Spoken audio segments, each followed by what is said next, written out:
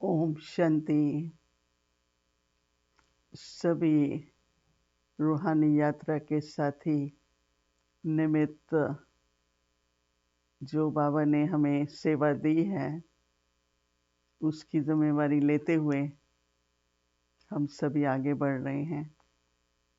बाबा की मुरली में रोज का वरदान आता है और ज़रूर है कि आप वो वरदान सुनकर प्रातःकाल दिन में कई बार उस वरदान को मन में अर्थात स्मृति में लाते होंगे और वरदान का जो प्रैक्टिकल में अनुभव है वो बहुत ही सुंदर रहता है।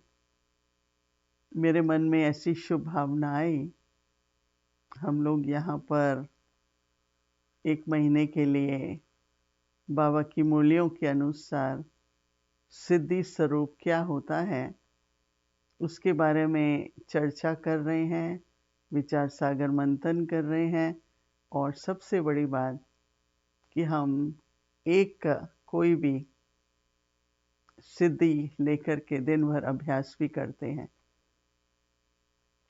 सिर्फ एक ही लेंगे तो जो बाबा ने कहा कि ज्ञान के सिद्धांतों के आधार पर विधि और उस विधि के प्रयोग से सिद्धि, तो जो भी हमारी ज्ञान की मुख्य बातें हैं, सिद्धांत हैं, हम एक एक को ही लेंगे एक दिन। कई बार ऐसा लगता है कि जो हम अभ्यास करेंगे ये तो मेरे को आता ही है, मैंने किया है, मैं हूँ, परंतु मेरा अनुभव ये कहता है कि वर्तमान परिस्थिति अनुसार हमारी जो स्थिति होनी चाहिए, जो एक निसंकल्प हो और सदा ही श्रेष्ठ संकल्प हो, कोई भी व्यर्थ न चले, तो उसके लिए अभ्यास तो करना पड़ता है। मैं भी जब दिन भर करती हूँ तो मुझे ये रियलाइजेशन होती है कि इसकी बहुत आवश्यकता है। तो मेरे मन में ये भावना आई कि हम विदेश में कर रहे हैं तो क्यों ना अपनी बहनें जो भी नियमित सेवाधारी हैं उन सबको ये शेयर करें। और मैं समझती हूँ कि आप भी कोशिश करिए, अगर आपको उचित लगे तो आप स्टूडेंट्स के साथ मिलके कर सकते हैं, उनमें भी उमंग उत्साह ला सकते हैं। तो हमने कल संदेश भेजा था कि आप लोग विचार सागर मंथन करिए, ये स्थिति क्या होती है। तो हम अब एक बात लेंगे, उसमें जैसे मैंने बताया कि पहले स्मृति है, फिर स्मृति से स्वरूप बनना है और जितना स्वरूप बनते हैं उतनी उतनी सिद्धि स्वरूप बन जाते हैं। तो इसलिए हम पहला सिद्धांत कहें, पहला जो आत्मा का अनादि स्वरूप है, अनादि स्वरूप की और स्वधर्म की जो स्थिति है वो है शांति। हमेशा कहते हैं कि शांति भी एक बहुत बड़ी शक्ति है। तो कोई भी अगर कभी समस्या आती है, किसी का व्यवहार हिसाब किताब अनुसार कई बातें आती हैं, व्यक्तिगत भी आती हैं, हमारे सेवा स्थानों पर सेवा साथियों में भी आती हैं, क्योंकि अंतिम जन्म है, सब सुख तो करना है, पर ये भी ध्यान रखना है कि नया भी शुरू करना है ना संबंध। तो चुक तो हो, उसमें कुछ भी होता है, लेकिन ध्यान रखना है कि जो मुझे सत्युगी दैवी नए संबंध या ब्राह्मण संप्रदाय के जो प्रेम के संबंध हैं उसके लिए तो मुझे पुरुषार्थ करना ही होगा। तो स्मृति में बहुत ही ध्यान रहे कि कोई भी बात, देखो स्मृति कितनी बातों की आ जाती है, कब की, साल की, 2 साल पहले की, 10 साल पहले की स्मृति आ जाती है, अर्थात संकल्प आ जाते हैं, याद आ जाती है। हम उस समय एकदम बदल दें उसको और मैं शांत स्वरूप आत्मा हूँ, मेरा स्वधर्म शांति है, ऐसे जैसे संकल्प लाएं तो स्मृति को चेंज करें। क्योंकि जो स्मृति का बैकअप है, जिसको डिपॉजिट सोच रही थी मैंने, जैसे ना कुछ अंदर जमा है वो वृत्ति में होता है। किसी ने बता दिया कि ये बहन बहुत अच्छी है या इसमें ये संस्कार है, तो हमने सुना, ध्यान नहीं दिया, परंतु वो वृत्ति में आ जाता है। और जब वृत्ति में आता है तो स्मृति में आ जाता है। जब उसको देखते हैं तो एकदम संकल्प आता है कि अरे हाँ, ये तो ऐसी है, ये तो ऐसा है।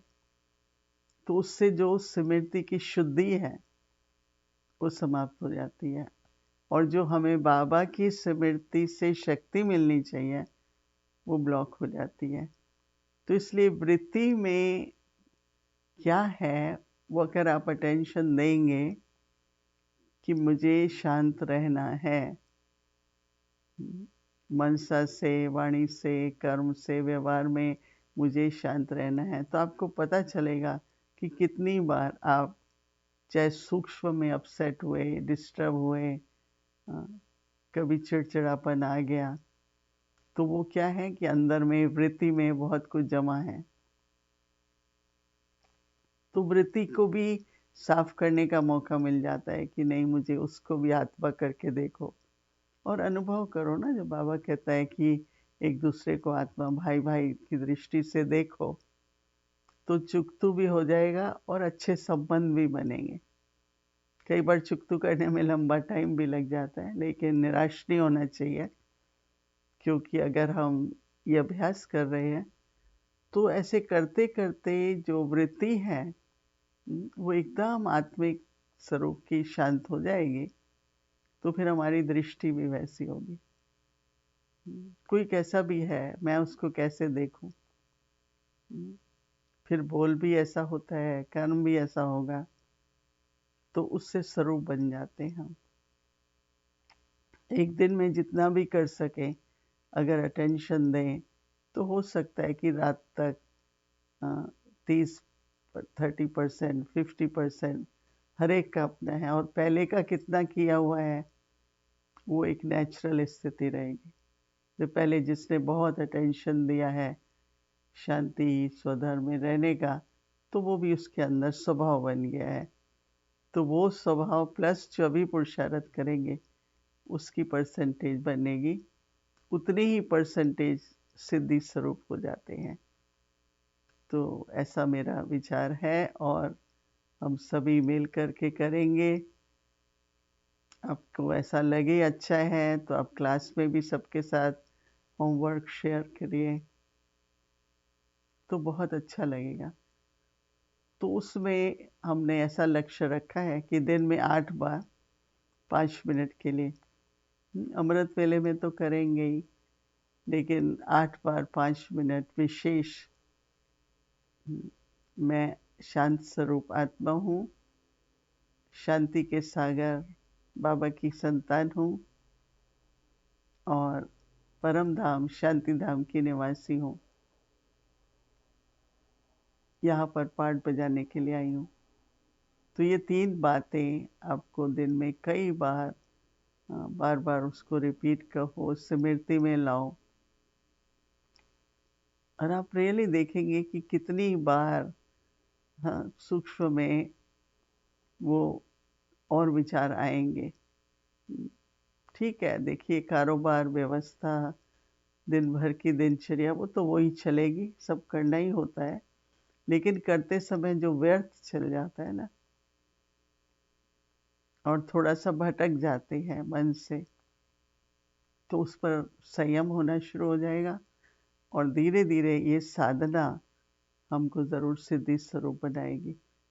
तो इसलिए मैं ऐसा कहूँगी कि आप हम सभी मिलके करें अगर, तो कितना हम यज्ञ की सेवा कहें, निर्विघ्न कहें, और अपनी यात्रा भी हमारी न केवल निर्विघ्न रहेगी परंतु सफल रहेगी, जो हम सिद्धि स्वरूप बन जाएंगे। तो इसलिए अभी 2 मिनट के लिए भ्रिकुटी के बीच में ध्यान लाते हुए ये संकल्प करते हैं, स्मृति बनाते हैं कि मैं आत्मा शांत स्वरूप हूँ, मैं आत्मा शांत स्वरूप हूँ, शांति के सागर बाबा की मैं संतान हूँ और परम धाम शांति धाम की निवासी हूँ। यह गुण मेरे अनादि स्वरूप का गुण है। अब मुझे अनादि स्वरूप में स्थित होना है।